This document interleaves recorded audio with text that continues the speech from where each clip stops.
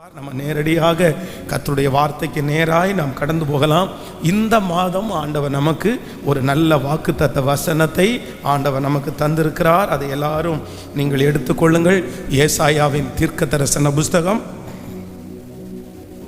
41ஆம் அதிகாரத்தினுடைய 13வது வசனத்தை நாம் எல்லாரும் எடுத்துக்கொள்ளலாம். ஏசாயாவின் தீர்க்கதரிசன புஸ்தகம் 41ஆம் அதிகாரத்தினுடைய 13வது வசனம். உன் தேவனாகிய கர்த்தராகிய நான் உன் வலது கரத்தை பிடித்து பயப்படாதே, நான் உனக்கு துணை நிற்கிறேன் என்று சொல்லுகிறேன். இன்னொரு விஷயம் கூட வாசிக்கலாம். உன் தேவனாய் இருக்கிற கர்த்தராகிய நான் உன் வலது கையை பிடித்து பயப்படாதே, நான் உனக்கு துணை நிற்கிறேன் என்று சொல் என்கிறேன். கர்த்தருடைய பிள்ளைகளே, ஆண்டவர் இந்த மாதத்திலே ஆண்டவர் நமக்கு எல்லாருக்கும் கொடுத்த வாக்குத்தத்தம், பயப்படாதே நான் உனக்கு துணை நிற்கிறேன் என்று கர்த்தர் நமக்கு வாக்கு கொடுத்தார். ஆமேன். இந்த உலகத்திலே பயம் என்கிற ஒன்று அநேக ஆண்டவருடைய பிள்ளைகளை கூட பிடித்திருக்கிறது. எங்கு பார்த்தாலும் அவங்களுக்கு பயம், எதெடுத்தாலும் அவங்களுக்கு பயம். ஆனால் ஆண்டவர் இந்த மாதத்தில் நமக்கு வாக்கு கொடுக்கிறார். நம்ம பயப்பட வேண்டிய அவசியம் இல்லை. நமக்காக கர்த்தர் துணை நிற்கிறேன் என்று ஆண்டவர் வாக்கு கொடுக்கிறார். ஏதோ ஒரு காரியத்தை குறித்து இந்த மாதம் நீங்கள் பயப்படலாம். இல்லாவிட்டால் இந்த வருஷம் ஆரம்பித்தது முதற்கொண்டு அந்த பயம் உங்களை தொடர்ந்து கொண்டே இருக்கலாம். இந்த ஆராதனைக்கு வந்து உட்காரும் போது ஆராதிச்சாலும் ஜெபம் பண்ணினாலும் கர்த்தருடைய வார்த்தையை கேட்டாலும் அந்த பயத்திலிருந்து விடுதலையாக முடியல. இது நடக்குமா, நடக்காதா, இது தீமையாய் முடிந்துடுமோ, இதனால நான் ஆபத்தை சந்தித்து விடுவேனோ, இது என்னுடைய எதிர்காலத்தை நஷ்டப்படுத்திடுமோ. ஆனால் எந்த காரியத்தை குறித்து நீங்கள் பயப்படுகிறீர்களோ கர்த்தர் வாக்கு கொடுக்கிறார், நீ பயப்படாதே. அந்த காரியத்திலே கர்த்தர் உங்களுக்கு துணை நிற்கிறேன் என்று கர்த்தர் வாக்கு கொடுக்கிறார். அந்த காரியத்திலே பயப்பட வேண்டிய அவசியம் இல்லை.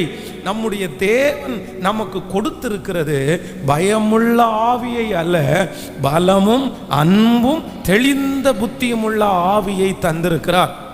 கடந்த 1ஆம் தேதி நடந்த அந்த வாக்குத்தத்த ஆராதனையில் இந்த வாக்குத்தத்த வசனத்தை வைத்து ஆண்டவர் நம்ம எல்லாரோடும் கூட பேசினார். ஒருவேளை அந்த வாக்குத்தத்த ஆராதனையில் கலந்து கொள்ளாதவர்கள், செய்தியை கேட்காதவர்கள், நம்முடைய சேனலில் அந்த செய்தி இருக்கிறது, கண்டிப்பாக நீங்கள் அதை கேளுங்க. அது உங்களுக்கு மிகவும் பிரயோஜனமாக இருக்கும். ஆனால் இன்றைக்கும் இந்த ஆராதனையிலே மற்ற 2 காரியத்தை, ஒரு காரியத்தை கடந்த அந்த 1ஆம் தேதி ஆண்டவர் நம்மோடு பேசினார்.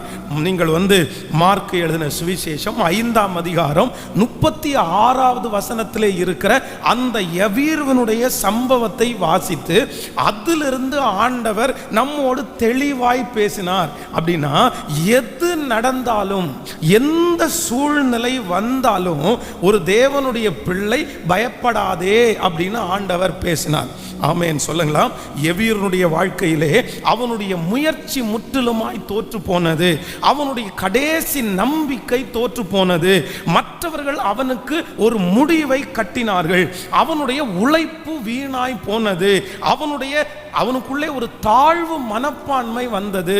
ஆனா இத்தனை வந்த போதிலும் ஆண்டவர் யவீருவை பார்த்து சொன்ன ஒரு வார்த்தை என்ன அப்படின்னா, பயப்படாதே, பயப்படாதே. அப்போ நம்பர் 1, முதலாவதாக ஒரு ஆண்டவருடைய பிள்ளை எது வேண்டுமென்றாலும் நடக்கலாம், என்ன வேண்டுமென்றாலும் நடக்கட்டும். ஒருவேளை நீங்கள் சொல்லலாம், நான் பயப்படுவதற்கு காரணம் இருக்குது, நான் எல்லாம் ஒன்றும் இப்போ பயப்படலை, ரொம்ப நாள் அதற்காக காத்திருந்து, இல்லைன்னா எல்லாம் எனக்கு விட்டு போய் இப்போதான் எனக்கு பயமே ஆரம்பிச்சிருக்குது, 4-5 பேர் சொன்னதற்கு பிறகுதான் எனக்கு பயம் ஆரம்பிச்சிருக்குது, இப்போதான் நான் பயப்படுறேன். ஆனால் ஆண்டவர் உங்களுக்கு வாக்கு கொடுத்த முதல் வார்த்தை என்ன அப்படின்னா, என்ன நடந்தாலும் ஒரு தேவனுடைய பிள்ளை பயம் மட்டும் படவே கூடாது. உங்களுடைய ரிசல்ட் உங்களுக்கு திரும்ப வந்திருக்கலாம். உங்களுக்கு வருகிற செய்தியெல்லாம் உங்களுக்கு நெகட்டிவாக வரலாம். நான் நம்புகிறேன் நீங்கள் கேள்விப்படுகிற காரியமெல்லாம் தீமையாக இருக்கலாம். ஆனால் ஆண்டவர் சொல்லுகிறார், நீங்கள் எந்த சூழ்நிலையில் போனாலும் அதை தைரியமாய் எதிர்கொள்வீர்களே, ஆனால் அந்த காரியத்தில் நீங்கள் தோற்று போவதில்லை. அதில் கர்த்தர் உங்களுக்கு ஒரு பெரிய வெற்றியை தரப்போகிறார். அவர் நமக்கு பயமுள்ள ஆவியை தரவில்லை. நம்புறவர்கள் கரங்களை மேல தட்டி கர்த்தரை ஆமென். எது நடந்தாலும் நான் பயம் மட்டும் படுவதில்லை. பக்கத்தில் இருக்கிற கரத்தை பிடிச்சு சொல்லுங்க, எது நடந்தாலும் பயம் மட்டும் படாதீங்க. சொல்லுங்க, எது நடந்தாலும் பயம் மட்டும் படாதீங்க. சிலர் காதுகளிலே சில காரியத்தை சொல்லும் போது பயப்படுகிறது போல காரியத்தை சொல்லலாம். வேதம் சொல்லுகிறது, துர்ச்செய்தியை கேட்கிறதுனால் நீதிமானுடைய இருதயம் பதறாது, கர்த்தரை நம்பி திடனாயிருக்கும். ஏதோ ஒரு செய்தி உங்களுடைய காதுகளிலே உங்களை பயப்படுத்தலாம். ஆனா ஆண்டவர் என்ன சொல்றார் அப்படின்னு சொன்னா, நீ பயப்படாதே. இந்த மாதத்தில் ஆண்டவருடைய பிள்ளைகள் ஒரு தீர்மானம் எடுக்கணும். என்ன தீர்மானம் எடுக்கணும் அப்படின்னா, எது நடந்தாலும் என்னுடைய மனசில் பயத்திற்கு மட்டும் நான் இடம் கொடுக்கவே மாட்டேன். ஆமோதிக்கிறீங்களா இல்லையா? எத்தனை பேர் அதை தீர்மானமாக எடுக்கிறீங்க? என்ன வேணும்னாலும் நடக்கட்டும், என்ன வேணும்னாலும் நடக்கட்டும். அதுதான் கடந்த அந்த 1ஆம் தேதி ஆண்டவர் தெளிவாய் நம்மோடு கூட பேசினார். இந்த எபிரனுடைய வாழ்க்கையில் ஒன்று அல்ல, கிட்டத்தட்ட ஒரு 7 சூழ்நிலைகள் உண்டாகிறது. ஆனா அந்த 7 சூழ்நிலைகளும் அவனுக்கு எதிராய் வரும்போது ஆண்டவர் அவனை பார்த்து சொல்ற வார்த்தை, நீ கேட்கிற செய்தி மரண செய்தியா இருக்கலாம்ப்பா, உனக்கு முன்னாடி இருக்கிற நம்பிக்கை உன்னை விட்டு கடந்து போயிருக்கலாம்ப்பா, சரி நீ உழைச்ச உழைப்பெல்லாம் உன் கையில திரும்பி வந்திருக்கலாம்ப்பா, இனி நடக்கவே நடக்காதுங்கிற ஒரு முடிவுக்கு நீ வந்திருக்கலாம்ப்பா. ஆனா இப்ப நான் உனக்கு ஒன்னு சொல்றேன், நீ பயம் மட்டும் படாத, எல்லாமே நன்மையாய் மாற்றுகிற கர்த்தராகிய நான் உன் வலது கரத்தை பிடித்திருக்கிறேன், உன்னோடு கூட இருக்கிறேன். அதே வார்த்தை இன்றைக்கு இந்த திருச்சபைக்கு கடந்து வருகிறது, இந்த சத்தத்தை கேட்கிறவர்களுக்கு கடந்து வருகிறது. கர்த்தர் உன் கரத்தை பிடித்து சொல்லுகிறார், எது வேண்டுமென்றாலும் நடக்கலாம், எது வேண்டுமென்றாலும் நடக்கலாம், ஆனால் பயப்பட வேண்டிய அவசியம் இல்லை. கர்த்தர் நம்மோடு இருக்கிறார். ஹல்லேலூயா. ஆண்டவரே சொல்லுங்க பார்க்கலாம், கையை உயர்த்தி இன்றைக்கு ஒரு தீர்மானம் எடுக்கிறேன், இன்றைக்கு ஒரு பொருத்தனை எடுக்கிறேன். எது நடந்தாலும் ஒரு சூரியனை திருப்புகிற கர்த்தர், பண்டக சாலையிலிருந்து புறப்பட பண்ணுகிற கர்த்தர், வானத்தையும் பூமியையும் படைத்த கர்த்தர், என்னை சிருஷ்டித்த கர்த்தர் என்னோடு கூட இருக்கிறீர், நான் பயப்பட போவது இல்லை. சொல்லுங்க, நான் எது நடந்தாலும் நாம் பயப்படாமல் இருக்கிற ஒரு ஆவியை கர்த்தர் எனக்கு தாரும் ஆண்டவரே. இந்த மாதம் ஆண்டவர் உங்களுக்கு பயமுள்ள ஆவி அல்ல, சோத்திரம், ஆண்டவர் உங்களுக்கு தெளிந்த புத்தியுள்ள ஆவியை கர்த்தர் தரப்போறார், பலமுள்ள ஒரு ஆவியை கர்த்தர் தரப்போகிறார். நான் தீர்க்க தரிசனமாய் சொல்லுகிறேன், நீங்கள் உங்களுக்கு முன்பாக இருக்கிற சவால்களை தைரியத்தோடு நீங்கள் நிறைய பேர் எதிர்கொள்ள போகிறீர்கள். உங்களுக்கு முன்பாக இருக்கிற பிரச்சனையை இந்த மாதம் நீங்கள் தைரியத்தோடு எதிர்கொள்ள போகிறீர்கள். நீங்களே உங்களை நம்ப முடியாத அளவிற்கு கர்த்தர் உங்களை தைரியப்படுத்த போகிறார். உங்களை சுற்றி இருக்கிற நிறைய பேர் கேட்க போகிறார்கள், உனக்கு எப்படி இந்த தைரியம் வந்துருச்சு, உனக்கு எப்படி இந்த தைரியம் வந்துருச்சு, உங்க பிள்ளைக்கு எப்படி இந்த தைரியம் வந்துருச்சு. நான் நம்புகிறேன், இந்த மாதம் வலது கரத்தை பிடித்து பயப்படாதே என்று சொன்ன கர்த்தர் அந்த தைரியத்தை உங்களுக்கும் உங்கள் பிள்ளைகளுக்கும் கர்த்தர் தரப்போகிறார். உங்களுக்கு முன்பாக இருக்கிற சவால்களை நல்ல கரங்களை தட்டி இந்த மாதம் தைரியத்தோடு நீங்கள் தைரியத்தோடு அதை எதிர்கொள்ள போகிறீர்கள். அந்த வியாதியை தைரியத்தோடு நீங்கள் எதிர்கொள்ள போகிறீர்கள். அது விரோதமாக எழும்புகிற அந்த மனிதனை நீங்கள் தைரியத்தோடு எதிர்கொள்ள போகிறீர்கள். அந்த வேலை ஸ்தலத்திலே இதுவரையிலையும் பயந்து கொண்டு நீங்கள் போய் நிற்கலாம், அந்த ஊழிய ஸ்தலத்திலே நீங்கள் இதுவரையிலும் பயந்து கொண்டு போகலாம். அதை நினைத்தாலே உங்களுக்கு பயமா இருக்கலாம். அந்த பொறுப்பை கொடுத்த தோத்த உடனே உங்களுக்கு பயமா இருக்கலாம். நான் எப்படி செய்ய போறேனோ, இதுக்கு முன்னாடி இதே பொறுப்புல நான் தோற்று போனேன், இதே மாதிரி ஒரு சூழ்நிலையில என்னால நிற்கவே முடியல, பழையதுபடி திரும்பவும் அதுவா, திரும்பவும் அந்த பிரச்சனையா, திரும்பவும் அந்த சூழ்நிலையா, நான் எப்படி இதை தைரியமா ஃபேஸ் பண்ண போறேன்? ஆனா ஆண்டவர் இந்த மாதம் உங்க வலது கரத்தை கர்த்தர் பிடித்து, கர்த்தர் வாக்கு கொடுத்து விட்டார், நான் உனக்கு பயமுள்ள ஆவியை அல்ல, பலமும் அன்பும் இப்பொழுது ஆமென். அந்த சத்துருவை நீங்கள் தைரியத்தோடு நீங்கள் அணுக கர்த்தர் உதவி செய்வாராக. ஆமென் சொல்லுங்கள். இந்த வசனத்தை நான் தொடர்ந்து தியானித்து கொண்டிருக்கும் போது ஆண்டவர் இன்றும் ஒரு 2 காரியத்தை என்னுடைய இருதயத்திலே கர்த்தர் வைத்தார். அந்த 2 காரியங்களை நம்ம வாசித்து நம்ம ஜெபித்து கடந்து போகிறோம். வாசிக்கலாம். ஸ்தோத்திரம். எரேமியாவின் தீர்க்கதரிசன புஸ்தகம் 39ஆம் அதிகாரத்தினுடைய 17வது வசனத்தை நம்ம வாசிக்க போகிறோம். எரேமியாவின் தீர்க்கதரிசன புஸ்தகம் 39ஆம் அதிகாரத்தினுடைய 17வது வசனத்தை வாசிக்கலாம். ஆனால் அந்நாளிலே உன்னை தப்புவிப்பேன் என்று கர்த்தர் சொல்லுகிறார், நீ பயப்படுகிற மனுஷன் கையிலே ஒப்பு கொடுக்கப்படுவது இல்லை. இன்னொரு விஷயம் கூட அந்த வசனத்தை வாசிக்கலாம். ஆனால் அந்நாளிலே உன்னை தப்புவிப்பேன் என்று கர்த்தர் சொல்லுகிறார், நீ பயப்படுகிற மனுஷன் கையிலே ஒப்பு கொடுக்கப்படுவது இல்லை. நீங்க இந்த வசனத்தினுடைய அர்த்தம் புரியணும்னா 38ஆம் அதிகாரத்தினுடைய 1வது வசனத்திலிருந்து வாங்க. எரேமியாவின் தீர்க்கதரிசன புஸ்தகம் 38ஆம் அதிகாரத்தினுடைய ஸ்தோத்திரம் 11வது வசனத்தை வாசிக்கலாம். 11 வாசிக்கலாமா? 38ஆம் அதிகாரத்தினுடைய 11. அப்பொழுது எபெத்மெலேக்கு அந்த மனுஷனை தன்னுடனே கூட்டிக் கொண்டு ராஜாவின் அரண்மனை பொக்கிஷ சாலையின் கீழிருந்த அறைக்குள் புகுந்து கிழிந்து போன பழம் புடவைகளையும் கந்தை துணிகளையும் எடுத்து கொண்டு போய் அவைகளை கயிறுகளால் எரேமியாவுக்கு துறவிலே இறக்கி விட்டு, எதிக்மெலேக்கு என்னும் எத்தியோப்பியன் எரேமியாவுடனே கிழிந்து போன இந்த புடவைகளையும் கந்தைகளையும் உம்முடைய கயிறுக்குள் அடக்கி வைத்து போட்டுக்கொள்ளும் என்றான். எரேமியா அப்படியே செய்தான். நல்லா கவனிங்க ஆண்டவருடைய பிள்ளைகளே, இந்த இடத்திலே ஒரு சம்பவம் உண்டாகிறது. அப்படின்னா இஸ்ரவேல் ஜனங்களை சிறைபிடித்து கொண்டு போன அந்த 3 விதமான அனுபவம். அப்படின்னா ஃபர்ஸ்ட் ஒரு டீமை, முதலாவதாக அந்த ராஜா நாட்டுக்குள்ள வந்து ஒரு டீமை சிறைபிடித்து கொண்டு போனா, 2வது ஒரு டீமை சிறைபிடித்து கொண்டு போனா, இப்போ இந்த சிறைபிடித்து கொண்டு போகிறதற்காக அந்த நாட்டினுடைய ராஜா, ஜனங்கள், சிப்பாய்கள் எல்லாம் உள்ள வந்திருக்கிறாங்க. அந்த நேரத்தில் எரேமியா ஒரு தீர்க்க தரிசனம் சொன்னது நிமித்தமாய் அவனை தூக்கி எங்க போட்டாங்க அப்படின்னா ஒரு கிணத்துக்குள்ள, ஒரு குழிக்குள்ள போடுறாங்க. அந்த குழி தண்ணீர் இல்லாத குழியா இருந்துச்சு. அதிலே எரேமியா அமிழ்ந்து போனான். அப்படின்னா அது ரொம்ப ஊளையான சேர் நிறைந்த குழியா இருந்துச்சு. அவனால் வெளியே வரவே முடியல. இப்போ எல்லாருமே யுத்த பயத்தில் இருக்கிறாங்க. அவங்க உயிரை காப்பாற்றி கொள்றதற்கு நிறைய பேர் தனித்தனியா அங்கங்க ஓடிக்கொண்டே இருக்கிறாங்க. ராஜா இப்போ ராஜா தன்னுடைய தலை மேல கையை வச்சுட்டு என்ன பண்ண போறோம், இன்னும் கொஞ்ச நேரத்தில் தன்னை சிறைபிடிக்க போகிறார்கள், எல்லா ஜனங்களையும் சிறைபிடிக்க போறாங்கன்ற ஒரு பயத்தில் அவங்க உட்கார்ந்துட்டு இருக்கிறாங்க. அப்போ இந்த எகிப்தலேக்கு என்கிற மனுஷன் சொல்றான், ஐயா நம்ம எரேமியாவை குழிக்குள்ள போட்டிருக்காங்க, அந்த குழிக்குள்ளேயே விட்டான் அப்படின்னு சொன்னா அவன் செத்து போயிடுவான், அவனை எப்படியாவது மீட்டெடுக்கிறதுக்கு ஒரு பெர்மிஷன் தர முடியுமா? அப்ப ராஜா ஒரு 30 பேரை கூட்டிட்டு போ அப்படின்னு சொல்றாங்க.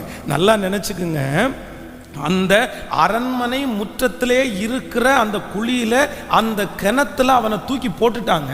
அதுல தண்ணி இல்லாம இருந்துச்சு.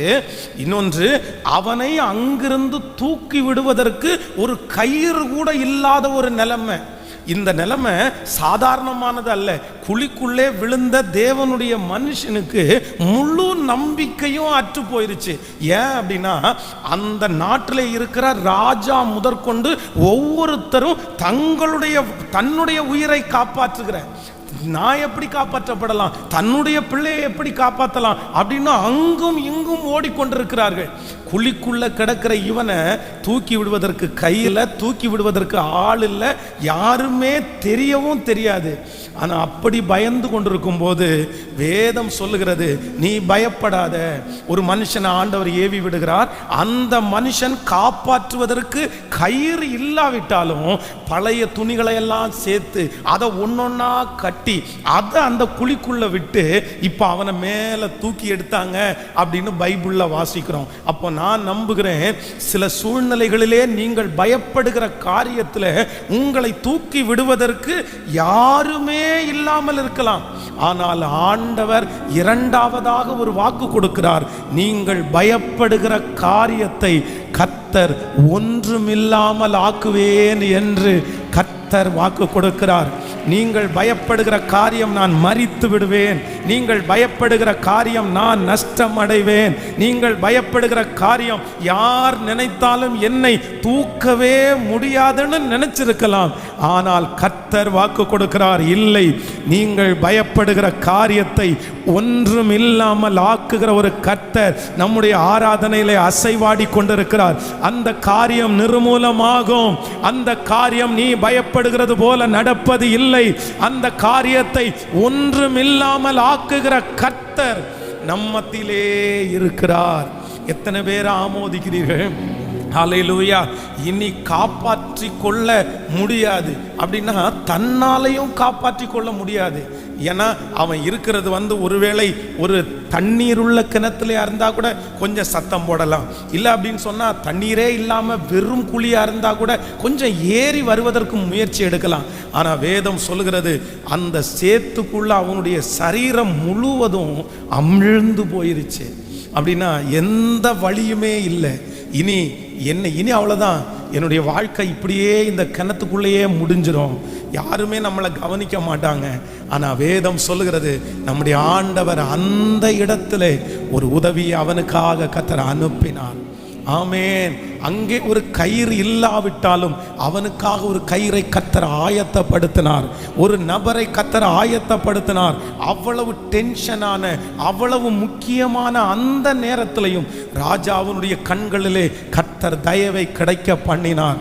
எபித் மலேக்கு என்கிற ஒரு மனுஷனை கர்த்தர் எழுப்பினார். அவனுடைய ஞாபகத்திலே இப்படி ஒருத்தன் குழியிலே இருக்கிறான் என்கிறதை கர்த்தர் ஞாபகப்படுத்தினார். நான் நம்புகிறேன், யாராவது ஒருத்தரை கர்த்தர் அனுப்புவார். எத்தனை பேர் ஆமோதிக்கிறீர்கள்? ஏதாவது ஒரு உதவியை கர்த்தர் அனுப்புவார். யாராவது ஒருத்தருடைய மனசுல கர்த்தர் பேசுவார்.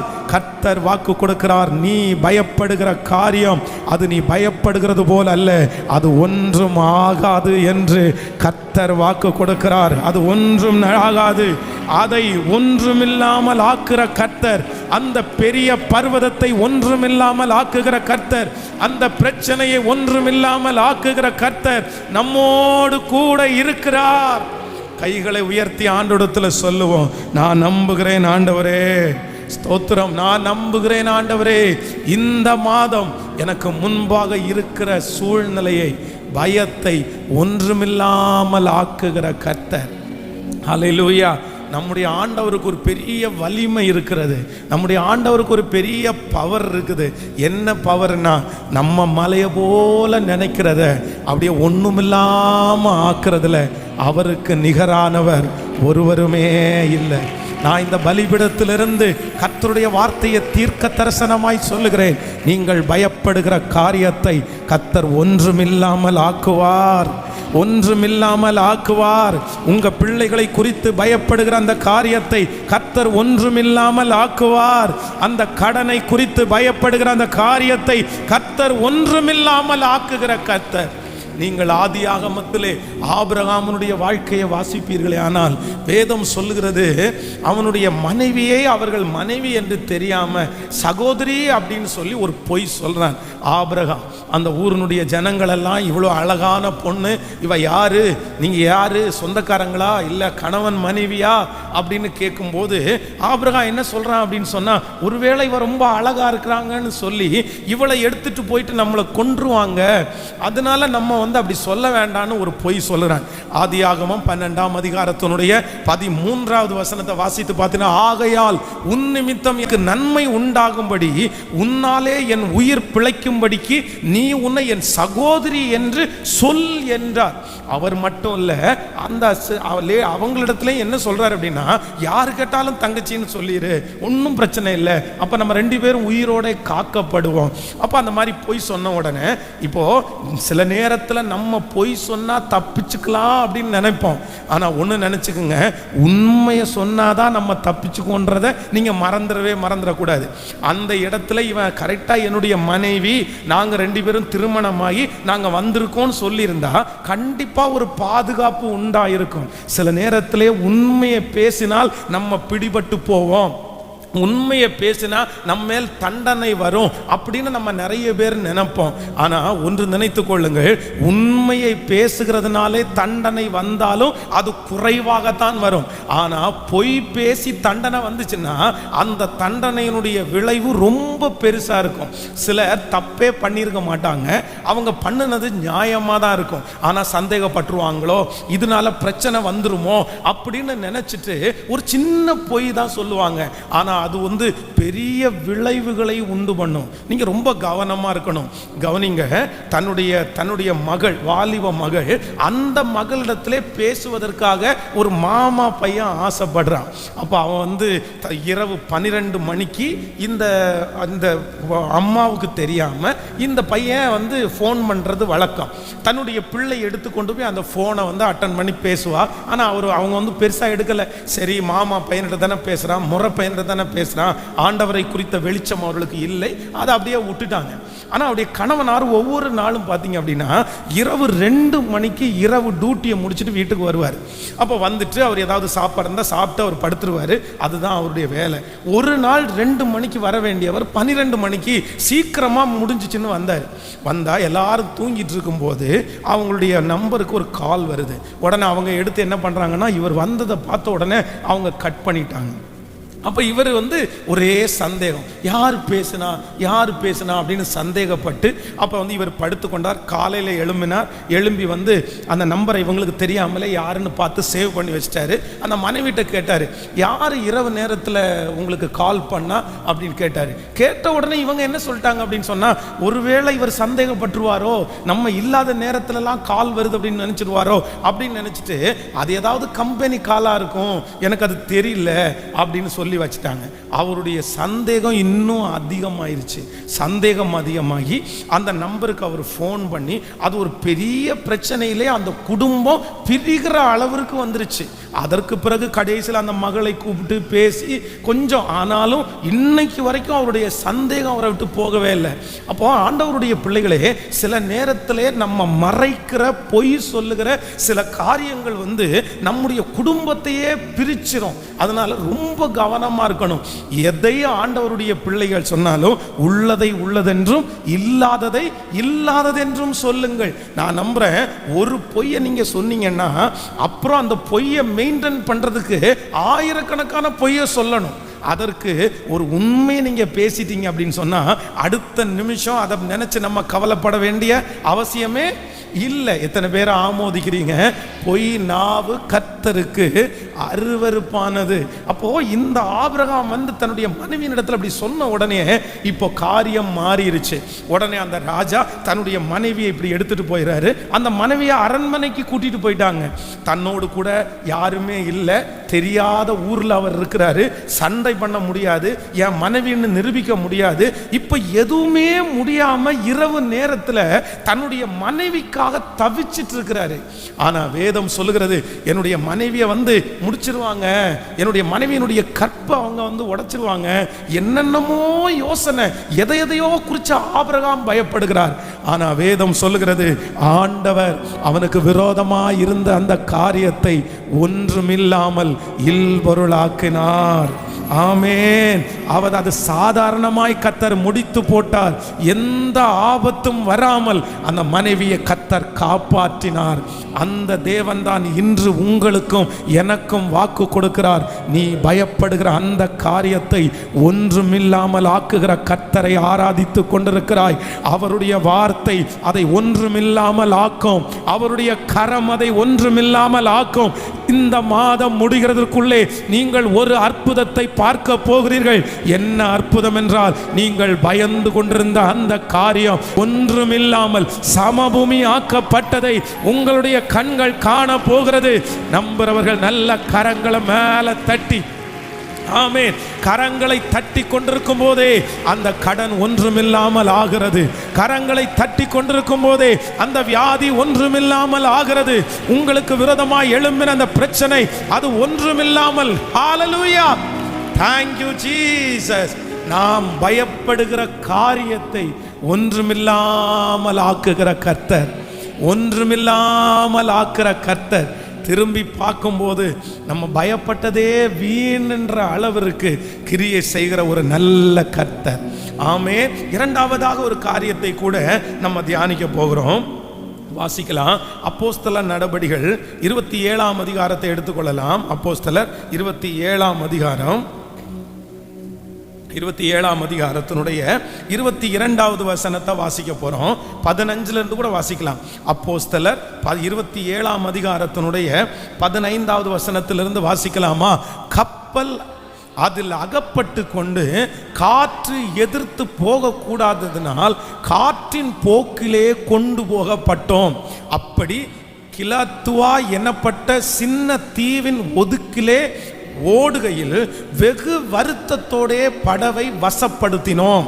அதை அவர்கள் தூக்கி எடுத்த பின்பு பல உபாயங்கள் செய்து கப்பலை சுற்றி கட்டி சொறி மணலிலே விழுவோம் என்று பயந்து பாய்களை இறக்கி இவ்விதமாய் கொண்டு போகப்பட்டார்கள். மேலும் பெரும் காற்று மழையின் தங்கள் மிகவும் அடிபட்டபடினால் மறுநாளில் சில சரக்குகளை கடலிலே எறிந்தார்கள். 3ஆம் நாளிலே கப்பலின் தளவாடங்களை எங்கள் கைகளினாலே எடுத்து எறிந்தோம். அநேக நாட்களாய் சூரியனாவது நட்சத்திரங்களையாவது காணப்படாமல் மிகுந்த பெருங்காற்று மழையும் அடித்து கொண்டிருந்தபடினால் இனி தப்பி பிழைப்போம் என்கிற நம்பிக்கை முழுவும் அற்று போயிற்று. அநேக நாள் அவர்கள் போஜனம் பண்ணாமல் இருந்தபோது பவுல் அவர்கள் நடுவிலே நின்று, மனுஷரே, இந்த வருத்தமும் சேதமும் வராதபடி என் சொல்லை கேட்டு கிரேத்தா தீவை விட்டு புறப்படாமல் இருக்க வேண்டியதாயிருந்தது. ஆகிலும் திடமனதாயிருங்கள் என்று இப்பொழுது உங்களுக்கு தைரியம் சொல்லுகிறேன். கப்பர் சேதமே அல்லாமல் உங்களில் ஒருவனுக்கும் பிராண சேதம் வராது. ஏனென்றால் என்னை ஆட்கொண்டவரும் நான் சேவிக்கிறவருமாய் தேவனுடைய தூதனானவன் இந்த ராத்திரியிலே என்னிடத்தில் வந்து நின்று, பவுலே பயப்படாதே, பவுலே பயப்படாதே, நீ ராயனுக்கு முன்பாக நிற்க வேண்டும். இதோ உன்னோடு கூட யாத்திரை பண்ணுகிற யாவரையும் தேவன் உனக்கு தயவு பண்ணினார் என்றார். ஆமென் சொல்லுங்கள். அப்போஸ்தலனாகிய பவுல் டிராவல் பண்ணுகிற அந்த கப்பல், ஆனா காற்று பயங்கரமா இருக்கிறது. அதனாலே இவங்க போகிற வழியை விட்டு இப்ப இவங்களுடைய கண்ட்ரோலை மீறி அந்த காற்று அடிக்கிறதற்கு நேராய் அந்த கப்பல் போயிருச்சு. அப்ப பாருங்க, இவங்க போக வேண்டிய திசை வேற இடம், ஆனா இந்த காற்று வேறு திசையாய் கொண்டு போயிருச்சு. இந்த கப்பல் எப்ப பாய் மரத்தை இறக்குவாங்க அப்படின்னு சொன்னா, ரொம்ப ஆபத்து அதிகமாகி அந்த கப்பல் அது மூழ்க போகுதுன்ற சூழ்நிலையில தான் அந்த பாய் மரத்தை இறக்குவாங்க.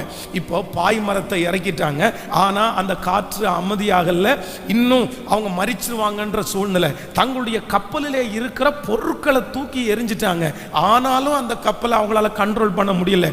அதற்கு பிறகு அவர்களுடைய தளவாடங்கள் அப்படின்னா போய் சேர வேண்டிய இடத்திலே அவங்க பயன்படுத்த வேண்டிய அந்த பொருட்கள் எல்லாம் தூக்கி போட்டாங்க. சூரியனையாவது சந்திரனையாவது பல நாட்கள் அவருடைய கண்களில் அவங்க பார்க்கவே இல்லையாம. எவ்வளவு கொடுமையானது! ஒவ்வொருத்தருக்குள்ளேயும் மரண பயம். இப்போ நான் நம்புகிறேன் அவங்களுக்கு பயம் வந்தது மட்டுமல்லாமல் அப்போஸ்தலனாகிய பவுலுக்குள்ளேயும் இப்போ என்ன இருக்குது அப்படின்னு சொன்னால் பயங்கரமான ஒரு பயம் இருக்கிறது. எவ்வளோதான் தைரியமாக பிரசங்கம் பண்ணினாலும், எத்தனை தைரியத்தோடு இருந்தாலும் ஒரு ஊழியக்காரனுக்கு பயம் வராதுன்னு சொல்ல முடியாது. சூழ்நிலை அப்படி மரணத்திற்கு ஏதுவாய் ஒவ்வொருத்தரும் கத்தி கொண்டிருக்கிறாங்க, ஒவ்வொருத்தரும் அழுது கொண்டிருக்கிறாங்க.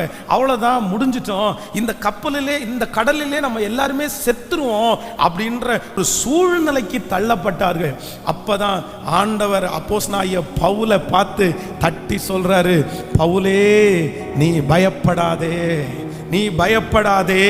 ஒன்று நீ நினைத்துக்கோ, கப்பல் சேதமே அல்லாமல் இங்கே இருக்கிற உங்களில் ஒருவனுக்கும் பிராண சேதம் வருவது இல்லை. நீயும் உன்னோடு கூட டிராவல் பண்ணுகிற எல்லாரும் இந்த ஆபத்துக்கு தப்புவித்தீர்கள் என்று கர்த்தர் அவனை தைரியப்படுத்தினார்.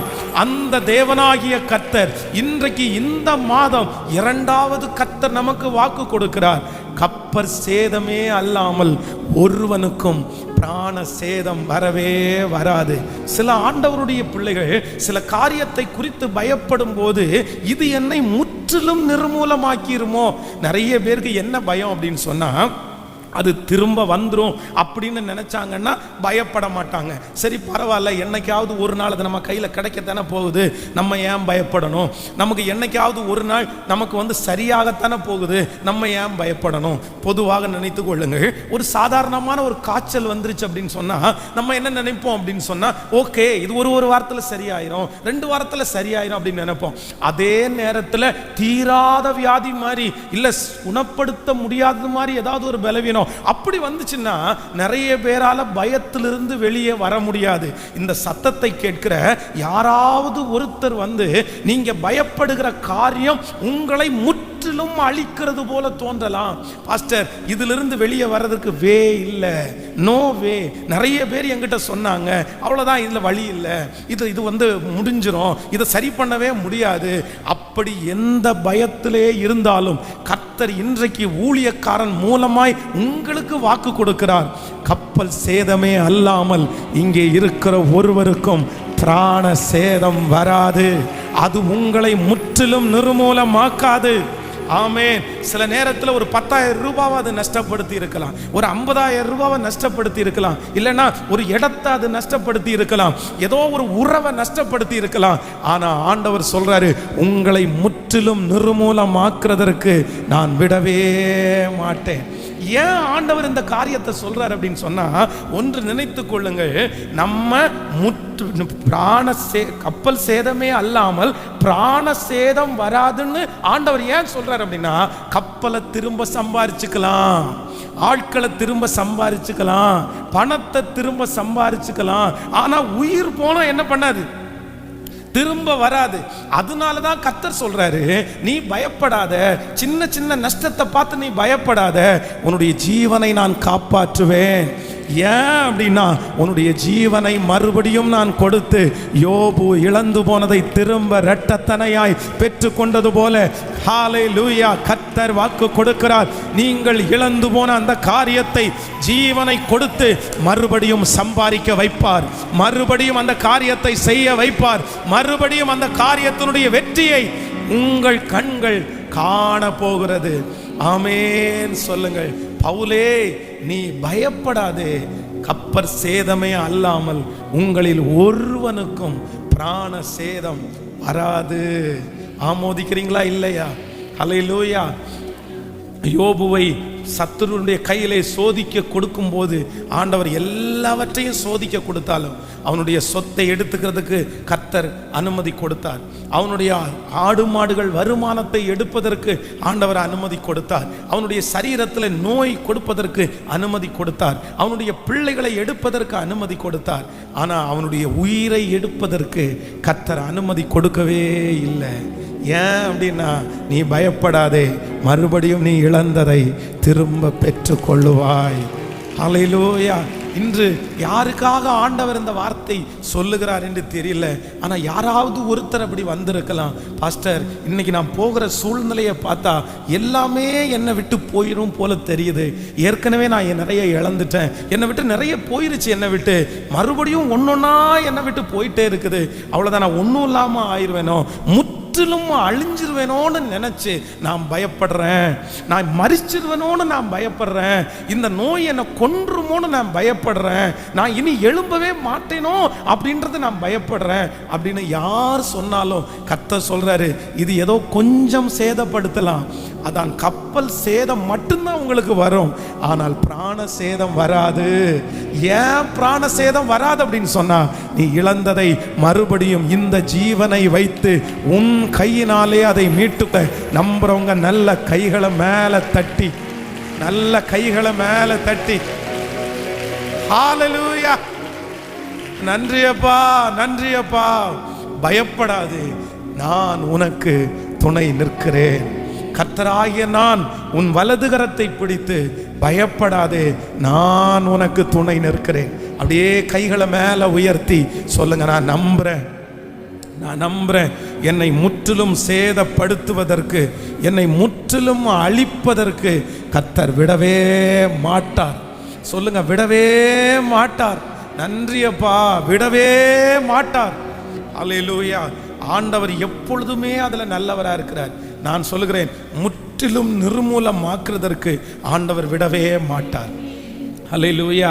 ஒரு சட்டம் பிறப்பிக்கப்படுகிறது. இந்த ஊரிலே உலக நாட்டிலே பிறக்கிற எல்லா பிள்ளைகளும் நைல் நதியிலே போட்டு கொல்லப்படணுன்ற ஒரு சட்டம் பிறப்பிக்கப்படுகிறது.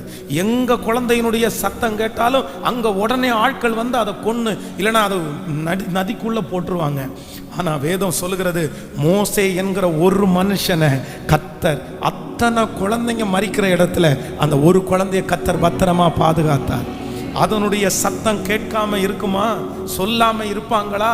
இந்த வீட்டில் ஒரு குழந்தை பிறந்ததை எப்படிங்க நம்ம மறைக்க முடியும்? ஒரு குழந்தை இருக்கிறதை எப்படி மறைக்க முடியும்? அவ்வளோதான், மறைக்க முடியாது.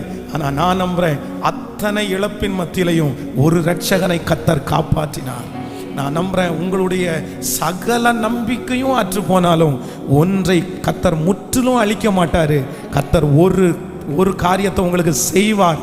அந்த விதை வளர்ந்து ஒரு பெரிய மரமாகி நீங்க இழந்தது எல்லாம் உங்களுக்கு திரும்ப கர்த்தர் கொடுக்க வல்லவராய் இருக்கிறார். ஒரு ஹோப்பு கர்த்தர் வைத்திருக்கிறார், ஒரு நம்பிக்கை கர்த்தர் வைத்திருக்கிறார். எல்லாமே முடிஞ்சிரும்னு நினைக்கிற ஒவ்வொருத்தரையும் பார்த்து கர்த்தர் சொல்லுகிறார், இல்லை, இது கப்பல் சேதமே அல்லாமல் ஒருவனுக்கும் பிராண சேதம் வராது. ஆமென். என்னை நடத்துகிற தேவன் என்னோடு கூட இருக்கிறார், எனக்கு பயமே இல்லை. சொல்லுங்க, கையை உயர்த்தி அறிக்கை செய்யுங்க. ஆமென். கர்த்தராகிய நான் உன் வலது கரத்தை பிடித்து பயப்படாதே, நான் உனக்கு துணை நிற்கிறேன், பயப்படாதே, நான் உனக்கு துணை நிற்கிறேன். கர்த்தராகிய நான் உன் வலது கரத்தை பிடித்து பயப்படாதே, நான் உனக்கு துணை நிற்கிறேன். ஆமென். ஹல்லேலூயா. சிறு கூட்டமே பயப்படாதே, கர்த்தர் என்றும் முன் செல்கிறார். சிறு கூட்டமே கர்த்தர் என்றும் துணை நிற்கிறார். எதிரிகள் வெள்ளம் போல் எதிராக வந்தார், ஆவியானவர் கொடியேற்றுவார். எதிரிகள் வெள்ளம் போல் எதிராக வந்தார், ஆவியானவர். கைகளை மேல தட்டி, ஓ பயமில்லை, பயமில்லையே, என் சாது கர்த்தர், பயமில்லையே, பயமில்லை, பயமில்லையே, எனக்காக யுத்தம் செய், பயமில்லையே, என்னை நடத்திடும் தேவன்.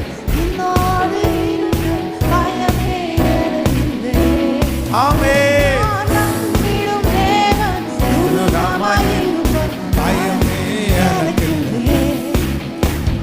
நடத்திடும் தேவன் என்னோடு, நான் நம்பிடும் தேவன். காலக்கமே பாதைகள் எங்கும் தடை கற்களோ, தாமரம் மட்டும் பதிலானதோ. பாதைகள் எங்கும் தடைக்கற்களோ, தாமதம் மட்டும் பதிலானதோ. நேர்வழியாய் நம்மை நடத்தி தேவன் நிச்சயம் நடத்துவார், பயம் இல்லை. நேர்வழியாய் நம்மை நடத்தி நிச்சயம் நடத்துவார். இப்ப கைகளை மேலது, ஓ பயமில்லை, பயம் பயமில்லையே.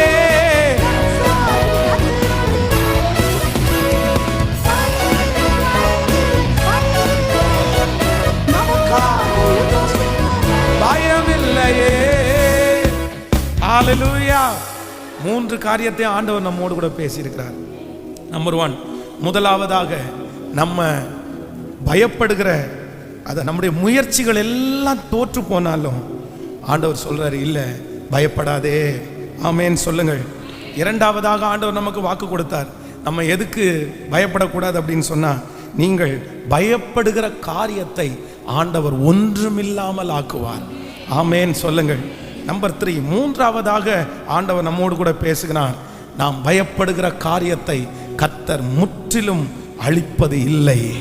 ஏனென்றால் மறுபடியும் நம்மை நிறுத்துறதற்கு கர்த்தர் வல்லவராக இருக்கிறார். நீங்க மறக்க மாட்டீங்கன்னு நான் நம்புறேன். கர்த்தர் இந்த மாதம் கொடுக்கிற வாக்குத்தத்தம், கர்த்தராகிய நான் உன் வலதுகரத்தை பிடித்து பயப்படாதே, நான் உனக்கு துணை நிற்கிறேன். ஆமென்.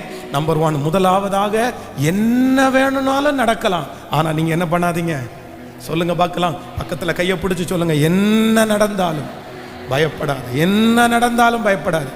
என்ன நடந்தாலும் பயப்படாது. பயம் மட்டும் நமக்குள்ள வந்துடவே வேண்டாம். ஆமென் சொல்லுங்க. நம்புறீங்களா இல்லையா? நான் நம்புறேன். உலகத்துல இருக்கிற எத்தனை பேரை நம்ம புத்தகங்களில் வாசிக்கிறோம், ஆனா தீய காரியத்தை செஞ்சவங்க அவ்வளோ தைரியமா இருந்திருக்கிறாங்க. அவங்க செல்ஃப் தன் மேல வச்ச நம்பிக்கை. ஆனா நான் நம்புறேன், நம்ம ராஜாதி ராஜாவுடைய பிள்ளைங்க, அன்றியும் அவருடைய தீர்மானத்தின்படி அழைக்கப்பட்டவர்களாகி தேவனிடத்தில் அன்பு கூறுகிறவர்களுக்கு சகலமும் நன்மைக்கு ஏதுவாய் நடக்கிறது. அவருடைய அனுமதி இல்லாமல் நம்முடைய தலை மயிராயிலும் கீழே விழுவது இல்லை. அப்படிப்பட்ட தேவனுடைய பிள்ளைங்க நம்ம ஒரு முடிவெடுக்கணும். நான் இனி எது நடந்தாலும் என்ன பண்ண மாட்டேன், பயப்பட மாட்டேன். எல்லாவற்றையும் மாற்றுகிற கர்த்தர் என்னோடு கூட இருக்கிறார். எவரையும் மேன்மைப்படுத்தவும் பலப்படுத்தவும் அவருடைய கரத்தினால் ஆகும். ஸோ நம்பர் 2, இரண்டாவதாக நான் பயப்படுகிற காரியத்தை கர்த்தர் ஒன்றுமில்லாமல் ஆக்குவார். ஆமென் சொல்லுங்க பார்க்கலாம். பக்கத்தில் கையை பிடிச்சு சொல்லுங்க, நீங்க பயப்படுகிற காரியம் அது ஒன்றும் இல்லாமல் போயிடும். சொல்லுங்க, அது ஒன்றும் இல்லாமல் போயிடும். அது ரொம்ப சிம்பிளா போயிடும். நீங்க பயந்தது வேஸ்ட் அப்படின்னு நினைப்பீங்க. இவ்வளவு இந்த விஷயத்துக்காக நான் இப்படி பயப்பட்டேன்னு நினைச்சு நீங்க ஆச்சரியப்படுவீங்க. அது ஒன்றும் இல்லாம போயிடும். அது எதுவா வேணாலும் இருக்கலாம், அது ஒன்றும் இல்லாமல் போகும். ஆமென். மூன்றாவதாக நீங்க முற்றிலும் அழிஞ்சிரும்னு பயப்படுறத பார்த்து கர்த்தர் வாக்கு கொடுக்கிறார், கப்பர் சேதமே அல்லாமல் உங்களில் ஒருவனுக்கும் பிராண சேதம் வராது. அந்த கப்பலை திரும்ப சம்பாரிச்சுக்கலாம். பக்கத்துல கையை பிடிச்சு சொல்லுங்க, அதெல்லாம் திரும்ப சம்பாரிச்சுக்கலாம், அதெல்லாம் திரும்ப அடைஞ்சுக்கலாம், அதெல்லாம் திரும்ப வரும். கர்த்தர் சொல்கிறார், உன்னை முற்றிலும் அழிப்பதற்கு நான் ஒப்பு கொடுக்கவே மாட்டேன். விசுவாசிக்கிறவங்க எல்லாரும் அப்படியே எழும்பி நின்று, தேங்க்யூ ஜீசஸ், என்னை நடத்துகிற தேவன் என்னோடு கூட இருப்பதனால் நான் பயப்பட போவது இல்லை, பயப்பட போவதில்லை.